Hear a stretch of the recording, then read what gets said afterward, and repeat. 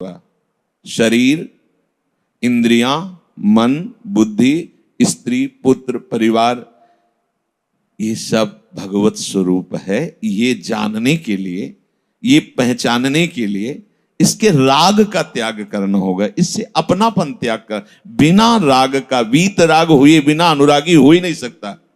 वो केवल नाटक होता है, अनुराग नहीं होता। हम जब किसी वस्तु से स्नेह रखते हैं तो हमारी हानि क्या होती है?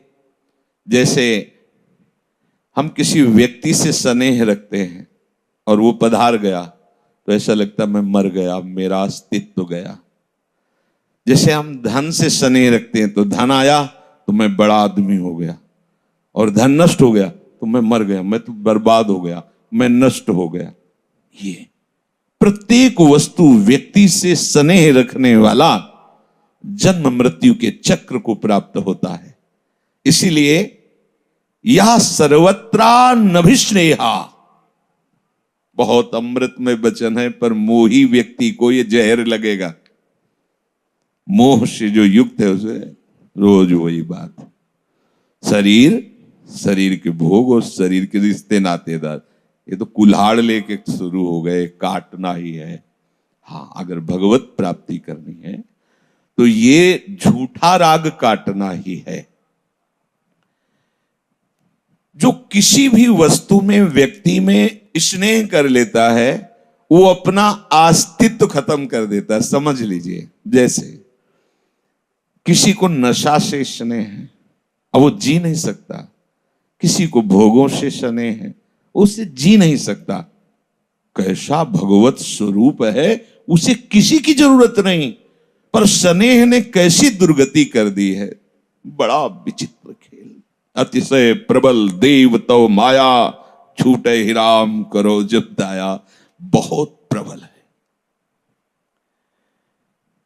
तत् प्राप्य शुभा शुभम नाभिनंदति न द्वेष्टि। जिसकी बुद्धि प्रभु में निश्चल हो गई है, अब बुद्धि तो प्रभु में निश्चल, लेकिन शरीर तो प्रारब्ध के अधीन है ना, पहले से रच गया है। जब ये रचा गया था उसी समय लिख दिया गया था, इस समय ये बीमारी, इस समय ये अनुकूलता, इस समय ये सुख, इस समय ये, एक एक मिनट का है। जब तक श्वास चलेगी तब ये रच गया है।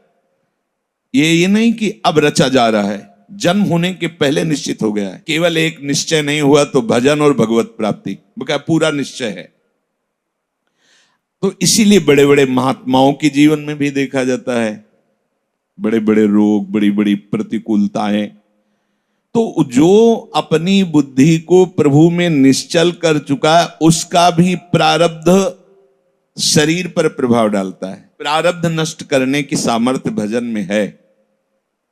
पर अब जैसे पता है कि कपड़ा फटेगा और सड़ेगा, अब इसके लिए तपस्या की जाए कि हमारा कपड़ा फटे ना और सड़े ना, तो क्या कहा जाएगा? अज्ञान ही कहा जाएगा, क्योंकि ये विनाशी है, ये नष्ट होगा ही।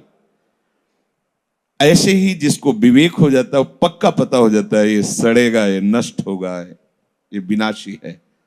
अब इसके लिए हम पैसा क्यों खर्चा करें, अर्थात भजन रूपी धन क्यों खर्चा करें? तेरा प्रारब्ध तू भोग, मेरा जो काम है, जितना जैसी परिस्थिति आती जाएगी वैसे मैं तुझे संभार करता रहूंगा, पर मेरा उद्देश्य है प्रभु के चरणारविंद में प्रेम प्राप्त करना। तेरे को सुरक्षित रखना नहीं, इसको सुरक्षित रखना नहीं, इसको अमर बनाना नहीं है, इसको निरोग बनाना नहीं है। जो प्रारब्ध हो वो भोगना है और प्रभु को प्राप्त करना है। बीच में कोई भी चाह कर लोगे हो जाएगा, क्योंकि आपके पास भजन बल है। रोग नष्ट कर सकते हैं, प्रारब्ध बदल सकते हैं, आप सिद्धियां प्राप्त कर सकते हैं। दूसरे के मन की बात जानना है बहुत शुरुआत में। ये शुरुआत में इस ऐसी चटर पटर सिद्धियां है, ऐसे छोटी मोटी खिलवाड़। जब नैष्ठिक ब्रह्मचर्य में थे उसी समय जो अनुष्ठान होता था गायत्री का और देवी शक्ति का, तो ऐसा था कि अगर ऐसे दृष्टि करके मन में संकल्प कर रहे तो जैसे हो वैसे ही खड़े रहोगे, एक कदम इधर उधर नहीं होगे, जितनी मिनट का संकल्प है। तो ये छोटे छोटे, जैसे दूसरे की मन की बात बता देना, तुम कहां से आए हो, तुम क्या सोच रहे हो, तुम्हारा क्या, ये बहुत छोटी बातें होती हैं। अब किसी सिद्ध के पास जाकर तुम ये परीक्षा करो कि वो हमारे मन की बात जानेगा कि नहीं, तो भगवान एक बार भी ये बात नहीं कहे। यहां जो भागवतिक सिद्धि है उसकी बात कह रहे। ये सिद्धियां विघ्न हैं, जिसे तुम महत्व देते हो, ये विघ्न है। जैसे काम वेदना विघ्न है, क्रोध विघ्न है, ऐसे सिद्धियां विघ्न है। प्रकृति राज्य में देहाभिमान पुष्ट करके फिर दुर्गति को प्राप्त कराती है। ये छोटी मोटी सिद्धियां। पूज्य भाई जी हनुमान प्रसाद पोद्दार जी ने एक में लिखा था कि एक व्यक्ति था, वो दूसरों के मन के, ऐसे गृहस्थ वेश में था, दूसरों के मन की बात, और लाखों लोगों की भीड़ होती, जय हो जय हो। अच्छा तुम बंबई से आ रहे हो, 9 बजे चले थे, ये सोच के चले थे, ये खाया था, अच्छा कोई कष्ट तो नहीं हुआ? हाँ वहां तुम्हें चबेटा लगा था ना। अरे लोग बावरे हो जाते। अच्छा वो तो बिल्कुल देख रहा है एक एक चीज, आगे ऐसा होगा वैसे, ढेर फल फूल मिठाई रुपया पैसा वैभव प्रणाम नमस्कार। भाई जी भी गए, देखें भाई क्या है। जो महापुरुष जन होते हैं, कौन सी सिद्धि किस कोटि की जागृत हुई है, जो वहां गए देखा, भाई जी के लिए कुछ नहीं बोला। क्यों? क्योंकि विषयी मन की तरफ उसका मन बता सकता है, जो भगवत चरण उसकी पहुंच ही नहीं। भाई जी ने एकांत में पूछा है क्या है, तो उनका आपसे कोई छुपाव नहीं है। ऐसे गमछा उड़े हुए थे, गमछा हटाया, कान में बिष्ठा लगा हुआ था, मल ऐसे गोली बना के रखी हुई। बोले यक्षिणी सिद्ध है मुझे, इस मल पे बैठती है वो, जो भी सामने आता हो हमारे कान में सब बता देती है, मैं बता देता हूं, और कोई सिद्धि नहीं, कोई भजन नहीं, कोई साधन। भाई जी बताते हैं कि परिणाम में जब यक्षिणी से उसने पूछा कि मेरी मृत्यु कब है, तो उसने बताया अमुक समय में। अब उसको ज्ञान हुआ कि मरने के समय तो सुधार लेना चाहिए। तो नर्मदा जी की तरफ चला, तो रास्ते में यक्षिणी ने पटक दिया, बोला जीवन भर हमसे गुलामी करवाई, अब जीवन के बाद मैं तुम्हारी स्वामिनी रहूंगी, जो मैं कहूंगी, अर्थात उसको विपरीत बनना पड़ा। ये जो लोग चमत्कार समझते हैं कि सिद्धियों, ये कोई खास बात नहीं है। आप ऐसा न समझो कि जितने भजनानंदी महापुरुष हैं, ये तो कोई बता ही नहीं रहा कि तुम्हारे मन में क्या है, तुम्हारी मुट्ठी में क्या है। अरे ये प्रभु में, कहीं ये सिद्धों का वर्णन हो रहा है, स्थित प्रज्ञ का, कहीं एक बार भी भगवान ने नाम लिया क्या ऐसा? वो सबके मन की बात जानता है, वो पहाड़ में घुस सकता है, वो कई रूप रख सकता है, वो मिठाई पैदा कर सकता है, सेव संतरा पैदा, ऐसा तो नहीं वर्णन कर रहे। यहां वर्णन हो रहा है वास्तविक सिद्धावस्था, इसे कहते हैं सिद्ध। ये शरीर प्रारब्ध के अधीन है, अच्छे से समझ लो। मिटाया जा सकता है प्रारब्ध, लेकिन क्यों? जब ये नाशवान है, मरेगा ही। अच्छा सांप केचुल से क्यों प्रेम करेगा? उसके उतरने में ही उसको सुख लगता है। केचुल हटती तो उसके नेत्र, उसके शरीर में स्फुरना आ जाती है। ऐसे ही इसका राग त्याग के बाद ही आपको स्वरूप बोध होता है। जब स्वरूप बोध हो गया, पता चल गया ये मैं नहीं, तो इसकी रक्षा के लिए क्यों सोचेगा? भैया हम यहां तक आ चुके, अब हमारी गाड़ी आग लग जाए तो अब हमें क्या परेशानी है? मैं तो अपने लक्ष्य पे पहुंच चुका हूं ना। प्रारब्ध से ये बना हुआ शरीर है, इसमें किसी का भजन साधन कोई बल काम नहीं करता, क्योंकि वो करना नहीं चाहते। अगर वो करे तो हो सकता है, पर वो काहे को, जैसे ब्रह्मास्त्र से कोई मच्छर मारेगा क्या? वो तो अपने आप मर जाएगा। ब्रह्मास्त्र तो बहुत बड़े बड़े युद्धों में प्रयोग करने वाला, ऐसे ही भजन का प्रयोग केवल भगवत प्राप्ति के लिए, किसी और सिद्धि के लिए नहीं। रिद्धि सिद्धि पेरे बहुआई, बुद्धि लोभ दिखावे भाई, होए बुद्धि जो परम शयानी, तीन तन चितई नान हित जानी। तो जिसकी बुद्धि प्रभु में स्थित होती है, उसके सामने चाहे शुभावे या अशुभावे, शोभनी हो या अशोभनी हो, अच्छा हो या बुरा हो, अनुकूल हो या प्रतिकूल परिस्थिति हो, उसके हृदय में ना तो हर्ष होता है ना द्वेष होता है। यह है सिद्धावस्था। बुरी से बुरी परिस्थिति, कोई परेशानी नहीं। बहुत से बड़ा सा बड़ा लाभ हो गया, जैसे लोक में होता है कि कोई अनुकूल परिस्थिति आई तो उत्सव मनाया जाता है, खूब उसकी बातें सुनो तो कितना अहंकार भरी बातें होंगी, बड़े मैंने ये किया, देखो ऐसा हो गया ना, ऐसे, और बड़ा आनंद। और प्रतिकूल परिस्थिति आ गई तो जैसे गुब्बारा की हवा निकल गई, सारा अहंकार मिट्टी में मिल रहा है, और वो रो रहे हैं, हाय मैं मरा, हाय बर्बाद हो गया। देखो ना, ऐसे जो जिसकी बुद्धि प्रभु में स्थित होती है, वो भारी से भारी अनुकूलता, शुभ, प्रशंसा, मान, बिल्कुल फर्क नहीं पड़ता। भारी से भारी अपमान में भी, जैसे सेवक जी महाराज कह रहे हैं, जो बहुमान करे को मेरो, किए बहुमानत ना ही बढ़ाई, जो अपमान करे को क्यों, किए अपमान नहीं लघुताई, सी हरिवंश गिरा रस सागर माज मगन सबे निधि पाई। आहा, श्रीमद चतुरासी जी के प्रेम रस में डूबे हुए सेवक जी कह रहे, कोई मान करे या अपमान करे, कोई फर्क नहीं पड़ता। प्रभु कह रहे हैं कि जिसकी ऐसी बुद्धि है वो सिद्ध पुरुष है, उसकी बुद्धि परमात्मा में निश्चित मानी गई, निश्चल है, अटल है, अचल है। बहुत सुंदर बात प्रभु कह रहे हैं, यदा संहरते चायम कूर्मोंगानीव सर्वशः इंद्रियाणीन्द्रियार्थेभ्यस् तस्य प्रज्ञा प्रतिष्ठिता। अब बता रहे कि क्यों फर्क नहीं पड़ता उसमें, कोई प्रतिकूल, कोई अपमान, कोई निंदा, तो कछुआ का भगवान उदाहरण दे रहे हैं। यदा संघरते चायम कूर्मोंगानीव सर्वशः, जैसे कछुआ है ना, आराम से चल रहा है, जरा सा अगल बगल भी ऐसे करो तो तत्काल वो अपने को उस कवच के अंदर कर लेता है, जो उसकी पीठ में कवच है, बड़ा मजबूत होता है, उसके अंदर कर लेता है। प्रभु यहां कछुआ का उदाहरण देते हैं। 4 पैर, आगे एक मुख, पीछे उसकी पूंछ, 6 अंग होते हैं कछुआ में, प्रगट में जब वो चलता है। जो ही कोई भय का अवसर आता है, वो 6 अंगों को अपने अंदर कर लेता है, समेट लेता है। बची पीठ, अब अगर ईंट भी ऊपर लगे तो सुरक्षित है वो। तो कह रहे हैं ऐसे ही जो भगवत मार्ग का पथिक होता है, उसके पास कवच है,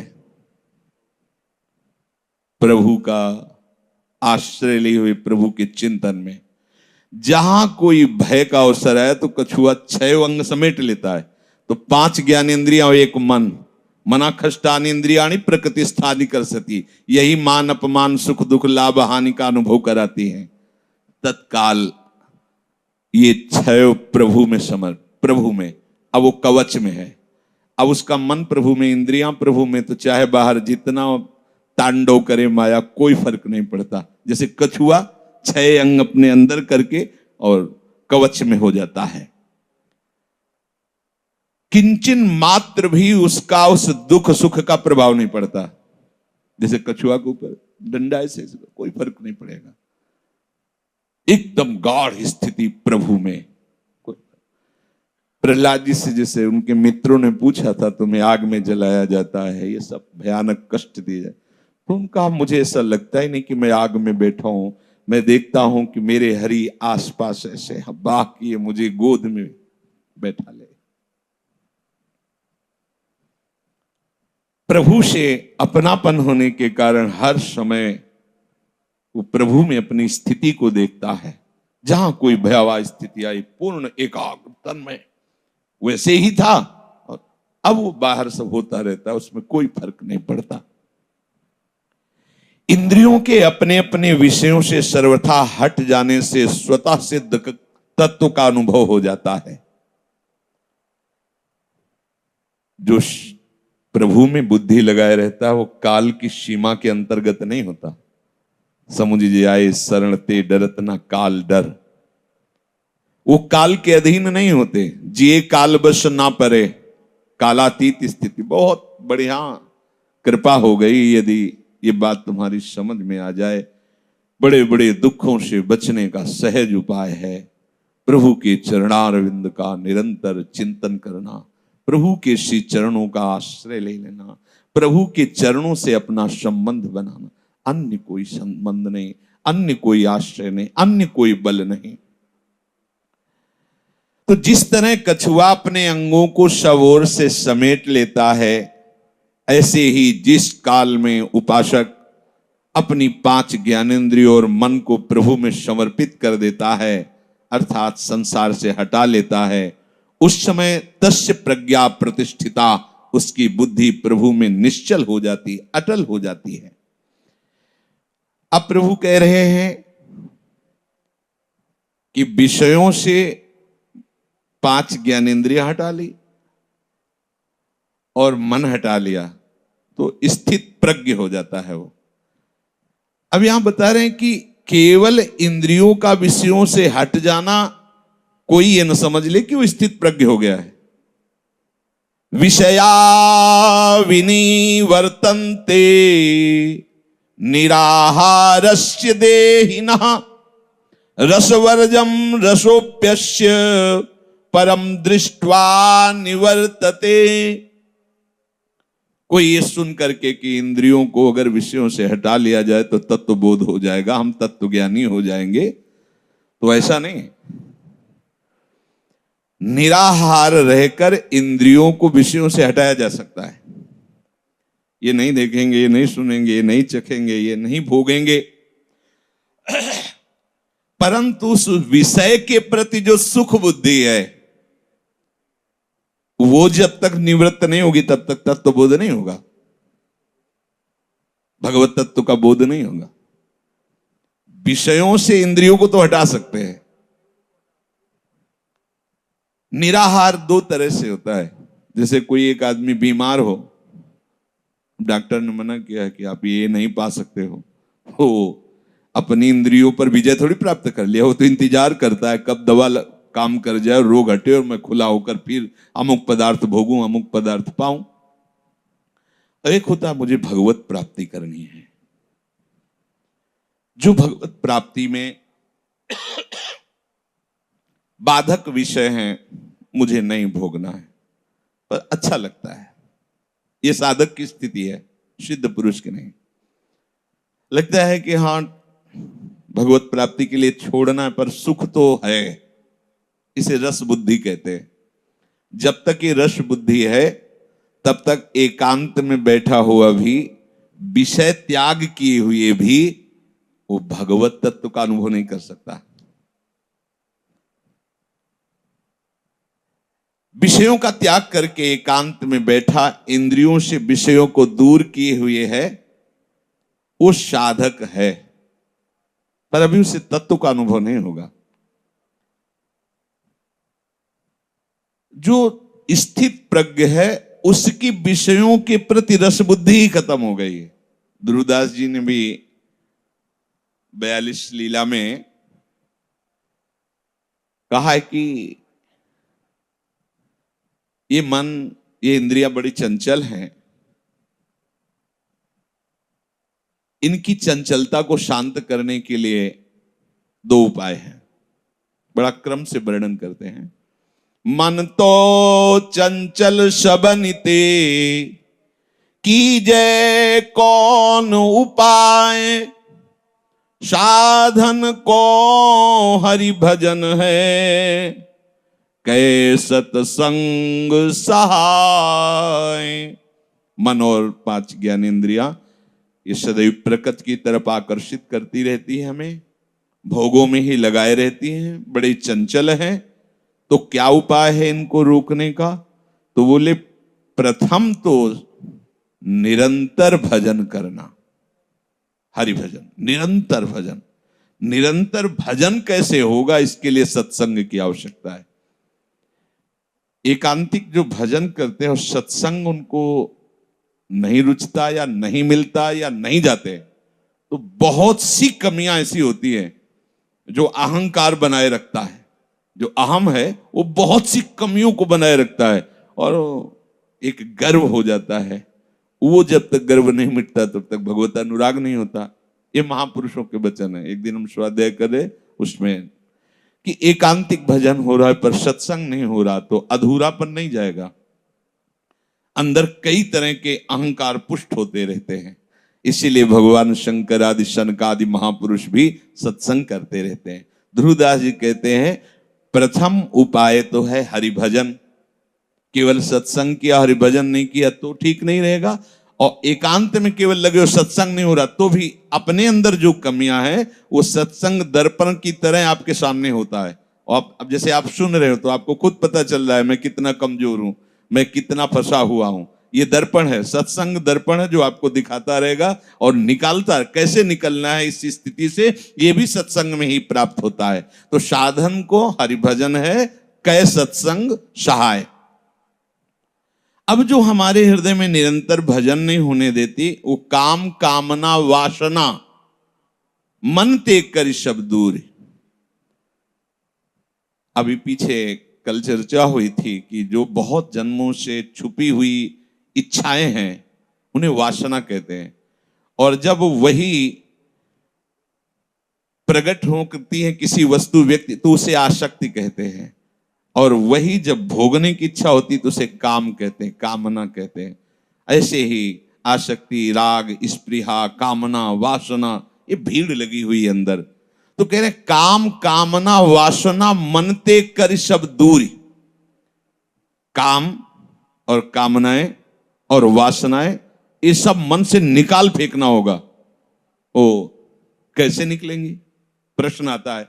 निकाल फेंकना होगा, मन से दूर करना होगा, तो कैसे? तो बोले राधा वल्लभ लाल भजी रसिकन जीवन मोरी। ये जो रसिकों की संजीवनी मोरी है, राधा वल्लभ नाम, राधा वल्लभ रूप, राधा वल्लभ चरणारविंद की आराधना। बोले इससे तुम्हारे मन की काम कामना वासना ये सब दूर हो जाएंगे। महाप्रभु हरिवंश चंद्र जी स्वयं आदेश करते हैं राधा वल्लभ लाल को हृदय ध्यान मुख नाम। अगर हमारे मुख में नाम चलता रहे, हृदय में उनका ध्यान होने लगे तो सब सोहित विशुद्ध सबके प्रति भाव आ जाएगा, निष्काम भाव, और श्री वृंदावन प्राणों से प्यारा लगने लगेगा और मन से काम कामना वासनाएं अपने आप भाग जाएंगी। भजन महल से निकसत नाही। ये काम कामना वासना क्या करेंगी? क्योंकि सुरक्षित किले में है वो, भजन में है। ये बाहर मडरा कर वापस चले जाते हैं। बोले सब तजी वृंदावन सुख लीजे, प्रफुल्लित ललित सोहनो बहुदिशी, लखी उर धीर धरी जय। सब तजी वृंदावन सुख लीजे, राधा वल्लभ नाम मधुर रस, ले मुख निश दिन पीजे। हीरा सखित नित अवलोकत, चित्त अनूप रंग भीजे। वृंदावन सुख लीजे, चलत फिरत सुनियति है श्री राधा वल्लभ लाल। ऐसे वृंदा विपिन में बसत रहो सब काल। लाडली जी को वल्लभ नाम बहुत प्रिय है, बहुत प्रिय है, प्रीतम वल्लभ। और लाल जी को राधा नाम बहुत प्रिय है, इसलिए आचार्य चरण ने राधा वल्लभ रूप बेली प्यारी बनी प्रीतम प्रेम तमाल, दो मन मिली एक भय श्री राधा वल्लभ लाल। राधा वल्लभ लाल का अगर हमारे जिह्वा पे नाम हो और हृदय में ध्यान हो तो काम कामना वासना सब नष्ट हो जाएंगी। आपका शरीर कहीं भी हो, आप वृंदावन सुख में डूब जाएंगे। खास बात है, कहीं भी शरीर हो, मानो ऐसा सौभाग्य नहीं मिला कि आप अखंड वृंदावन वासी बने, पर मन आपका वृंदावन वासी बन जाएगा यदि जिह्वा से निकलता रहा राधा वल्लभ राधा वल्लभ। राधा वल्लभ कहत ही होत ही ये अनुराग, निरखत छवि तिन नरन को बढ़त चौगुनो लाभ। हमारे हृदय में जो कामना वासना है ये तभी निकलेंगे जब प्रिया प्रीतम का रूप प्रकाशित हो जाए, और ये रूप तभी प्रकाशित होगा जब जिह्वा से निरंतर नाम चलता रहे, राधा वल्लभ राधा वल्लभ राधा वल्लभ। राधा वल्लभ नाम अमृत नाम। एक बार गुरुदेव भगवान ने लाडली कुंज में जगह जगह लिख रहा, अमृत पियो राधा वल्लभ नाम, अमृत पियो राधा वल्लभ नाम, लाल रंग से ऐसे। और देखा है घंटों अश्रु चल रहे रात के 1 बजे, कैसी भाव दशाएं। नाम राधा वल्लभ नाम मधुर रस, और रसबल छूटे जो विषय तब ही तो सुख होए। ध्यान धरिए, ये जो कामना वासना है ये सब नष्ट हो जाएंगी। बाहर से हम विषय का त्याग कर रहे हैं, पर अंदर से सुख बुद्धि है। साधक है तभी तो है अंदर से कि अगर इन भोगों को भोगा जाए तो सुख मिलेगा। बहुत जलन का ये इस समय की यात्रा होती है, क्योंकि इंद्रियां भोगों में सुख और भोगों का त्याग। अब वो अंदर तन छाड़े मन गई है दोनों ही दुख होए, तो ये गलत नहीं है। ये प्रारंभिक त्याग, पर इसे वास्तविक त्याग नहीं कहते, ये विश्राम स्थली नहीं है। अब रसबल छूटे जो विषय तब ही तो सुख होए। तो कौन सा रस?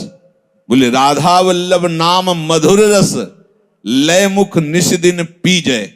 राधा वल्लभ, महाप्रभु के राधा वल्लभ लाल को हृदय ध्यान मुख नाम। प्रगट बदन रसना जो प्रगट अरु प्रगट नाम रढ़ी, जीव नसेनी मुक्ति तिह बल आरोही मूढ़ चढ़ी। अरे मूढ़, ये जीव से राधा वल्लभ राधा वल्लभ राधा वल्लभ मतलब प्रतिपल तुम नसेनी में चढ़ रहे हो। कहां? मोक्ष पदवी में। मोक्ष का यहां भाव, मुक्ति का तात्पर्य द्वंद्व विमुक्ता। कोई भी द्वंद्व तुम्हें इस ऊंचाई में छू नहीं पाएगा। एक एक नाम जपने का मतलब है एक एक सीढ़ी चढ़ते। और एक जगह ध्रुवदास जी ने भजन नसेनी प्रेम की, प्रेम ऊंचाई पर चढ़ने के लिए जैसे हम ऊंचाई पर चढ़ने के लिए सीढ़ी का प्रयोग करते हैं, ऐसे ही भजन सीढ़ी। राधा वल्लभ राधा वल्लभ राधा वल्लभ। एकादशी स्कंद में नवयोगेश्वरों में उसमें वर्णन किया है कि जैसे एक एक कवल भोजन पाने से क्षुधा निवृत्ति तुष्टि पुष्टि होती है, ऐसे ही भोगों से वैराग्य, प्रभु के स्वरूप का बोध और भगवान के चरणों का प्रेम, ये तीनों उस उपासक को प्राप्त जो एक एक पल राधा वल्लभ नाम जप करता रहता है। अखिल लोकों में कोई ऐसा नहीं है साधन जो हमको ऐसा रस दे सके जैसा नाम रस देगा। ये बात पकड़ लीजिए। सकल तू बल छल छाणी मुग्ध सेवय मुरलीधर, मिटय महाभव द्वंद फंद कटि रटि राधावर। ये मुरली मनोहर ललित त्रिभंगी राधा बिहारी के चरणों का आश्रय लेकर हर समय जिह्वा से राधावर राधा वल्लभ रटता रहे तो वात्सल्यता अरु अभय सदा आरत अग शोखन। ये जो नाम है ये बड़ा वात्सल्य सिंधु है। ये आपको हर समय दुलार करता रहेगा, रक्षा करता रहेगा। नाम पहारू दिवस निश, रात दिन तुम्हारी सुरक्षा करेगा नाम। और कह रहे हैं कि वात्सल्यता, बड़ा दुलार, ई परलोक सकल सुख पावत, बड़ा दुलार कर। अब ये समझ में नहीं आता। और अभय, कोई भय तुम्हें स्पर्श नहीं कर सकता। आरत अघ मोचन, जितने भी दुख हैं जितने भी पाप हैं सबको हटा देगा, सबको नष्ट कर देगा। दीन बंधु सुख सिंधु सकल सुख दय दुख मोचन। ये नाम दीन बंधु है। प्रभु तो अवतार लेकर कुछ कुछ महापुरुषों को भगवत प्राप्ति कराई, लेकिन नाम ने न जाने कितने जो अघ में डूबे हुए हैं, जो वासनाओं में डूबे हुए हैं, उनको ऐसा प्रेम दिया कि भगवान उनके अधीन हो गए, पीछे पीछे डोल रहे है। देखो ना, जीवन भर वैश्यागमन और नाम का सहारा लिया, अब कोई मेरा सहारा नहीं, नाम का। अपनी आंखें बंद कर ली उनके लिए, तो आप आके हाथ पकड़ के चल दिए, ये अधीन सेवक बन गए। कौन सी तपस्या की है, कौन सा साधन किया है? अभी तो वैश्या ने धक्का मार के बाहर निकाला, बस आश्रय ले लिया प्रभु का, प्रभु के नाम का। अपनी आंखें बंद करने का मतलब है कि अब हम निर्णय नहीं कर सकते कहां जाना है, क्या करना है, क्योंकि जितना निर्णय किया उस सब हमें पतित ही किया। अब प्रभु आपका भरोसा, पकड़ लिया हाथ और लेके आ गए वृंदावन और बन गए वो बिल्व मंगलाचारी। हरदम याद किया करी, हर की दर्द निदान हरेगा। मेरा कहा न खाली, ये दिल आनंद कंद ढरेगा। ऐसा नहीं जहां बिच कोई लंगर लोग लरेगा। सहचरी सरन शेरदा बच्चा क्या गजराज करेगा। आहा, रसिकों की ठसक देखो। कह रहे हरदम याद किया कर मेरे प्रभु का नाम, राधा वल्लभ, राधा वल्लभ। ये हरि बहुत करुणामय है, सब दर्द दुख को मिटा देगा। अगर मेरा कहा नहीं मानोगे तो ये लंगर लोग, ये जगत के जो व्यवधान करने वाली वृत्ति वाले लोग हैं, तुम्हें चैन से नहीं रहने देंगे। ये माया, काम, क्रोध, लोभ, मोह, मद मत्सर, ये सब लंगर जगह जगह आकर हमको रोक लेते हैं, हमें परेशान करते हैं। हमारे हृदय में यदि नाम चलता रहे तो आप खुद देखोगे कैसा नशा होता है नाम का, कैसा आनंद उमगता है नाम से। कह रहे शेर के बच्चा को गजराज भी हेरता नहीं है, क्योंकि उसे डर है, ये तो बच्चा है, लेकिन अभी एक क्षण में तो ऐसे ही श्यामा श्याम का नाम जो ले रहे, बड़े बड़े काल, बड़े बड़े विकार, ये सब डरते हैं। जैसे पूरा जगत डरता है इनसे, ऐसे भगत से ये सब डरते हैं। जब ध्रुव जी परम पद पर आरूढ़ हो रहे थे तो काल आया और बोला यहाँ की मर्यादा है, मैं स्पर्श करता हूं तब यहां से कोई जाता है। ध्रुव जी ने कहा तुम्हारी मर्यादा का हम पालन करेंगे, झुको। और काल पे के सर पर पैर रखा और भगवत विमान पर आरूढ़ होके चले गए। काल के सर पर पैर रखकर भगवत विमान, ये क्या हुआ? ये भजन का प्रभाव। अब तकरार करो मत यारो, लगी लगन चित चंगी। जीवन प्राण जुगल जोरी के जगत जाहिरांगी। मतलब नहीं फरिश्तों से हम, इश्क दिला दे संगी। सहचर सरन रसिक सुल्तावर, महिरबान रस रंगी। रस रंगी राधा धनी, राधा धो सुकुमार। बोले जब राधा धनी हम पर मेहरबान है, अब फरिश्तों की भी जरूरत नहीं है, अब किसी देवी देवता की कृपा की जरूरत नहीं, क्योंकि जा पर कृपा राम की हुई, ता पर कृपा करे सब कोई। बोले मेरे से तकरार मत करो, जप करके देखो। झगड़ा प्रश्न करने से क्या हो, जप करके खुद देखो, पा के देखो तो स्वाद मिलेगा।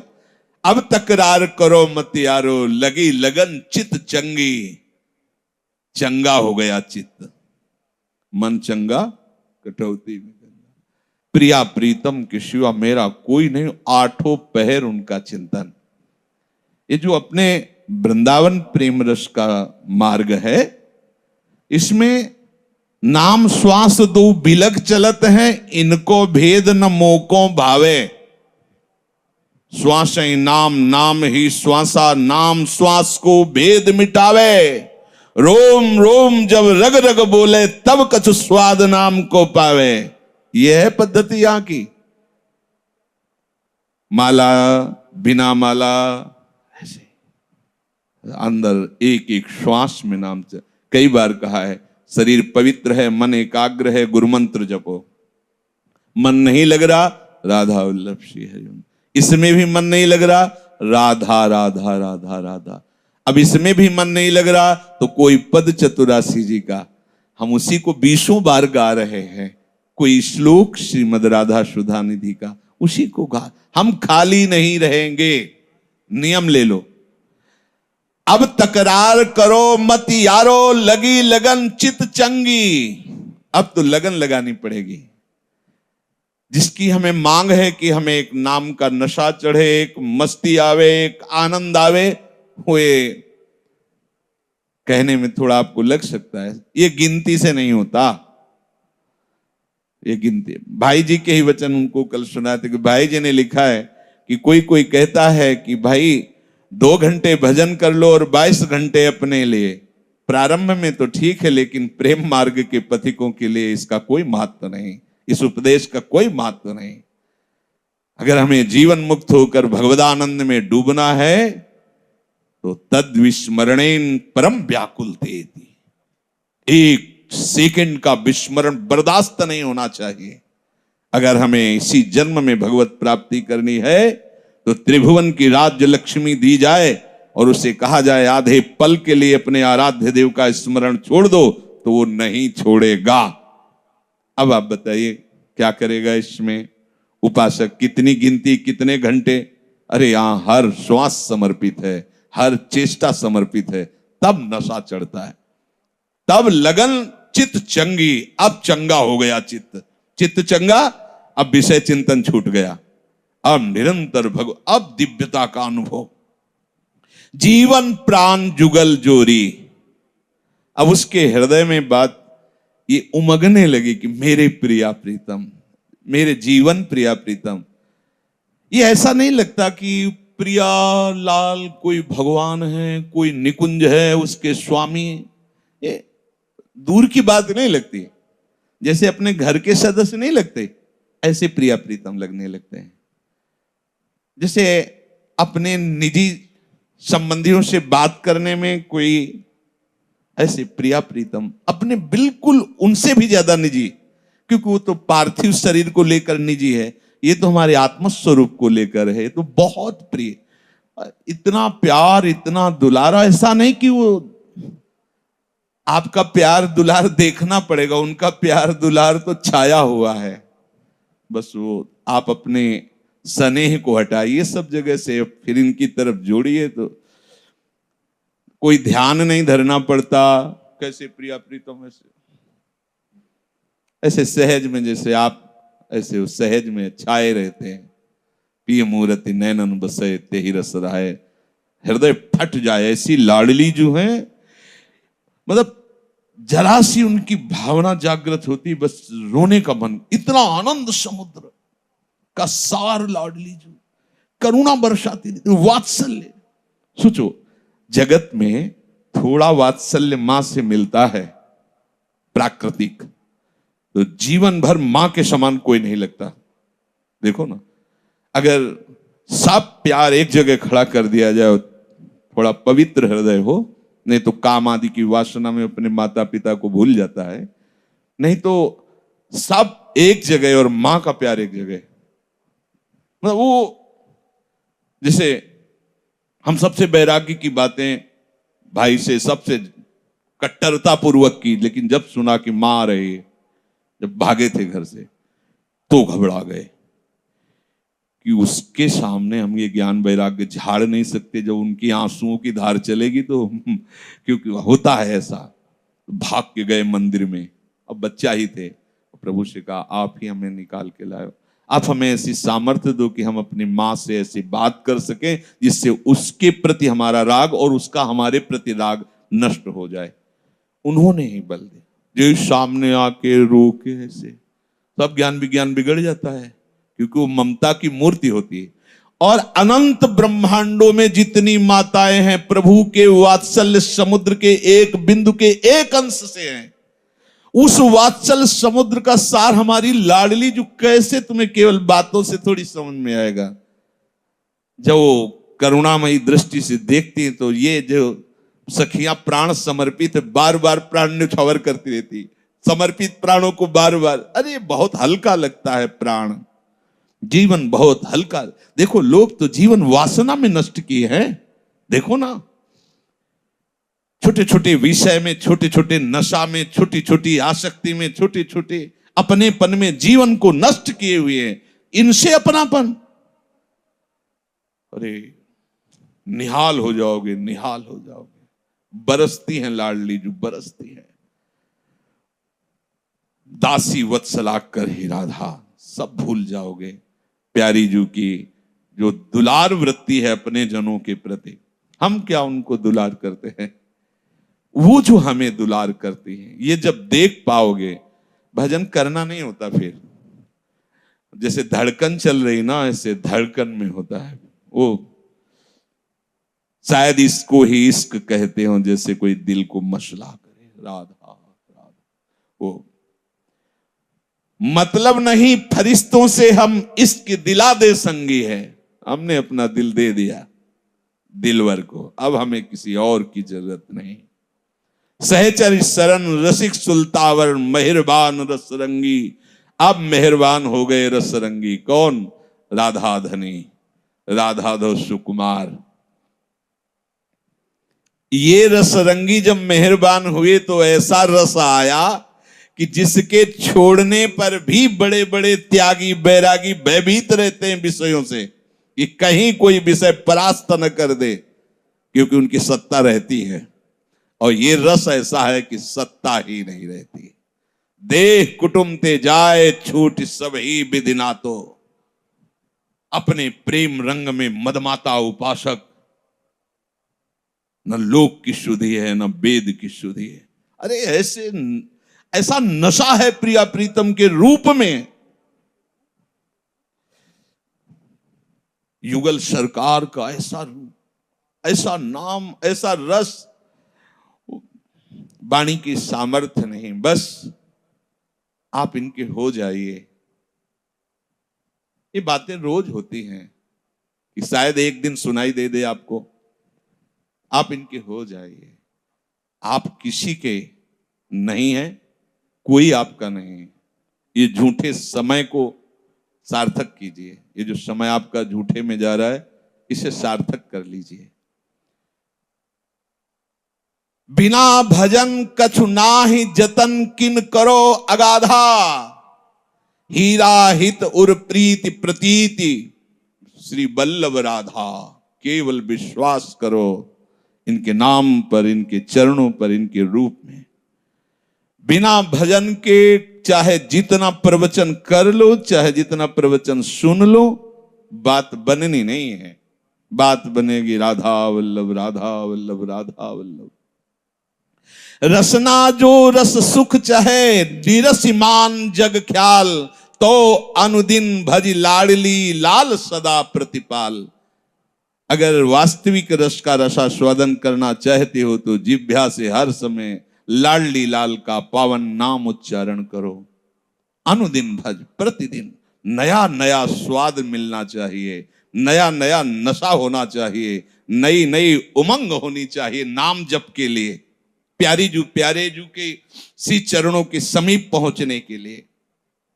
अचल ये है श्याम राधिका नाम। ये प्रिया प्रीतम का जो नाम आप जप रहे हैं, किसी भी पाप की सामर्थ्य नहीं कि इस नाम को नष्ट कर सके। तो बोले ऐसा किया सब भजन नष्ट हो गया, वो केवल आपको सावधानी के लिए कहा जाता है। नहीं, ये अचल राधिका नाम, श्री श्यामा श्याम का ये नाम अचल है।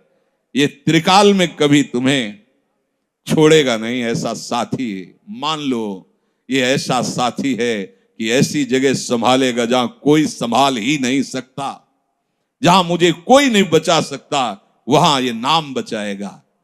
ये अचल श्याम राधिका नाम। रसिकन उर रट नामन ही की, रहत आठहु जाम। आठों पहर जो रसिक जन है वो जपते रहते। कहां से? यहां से।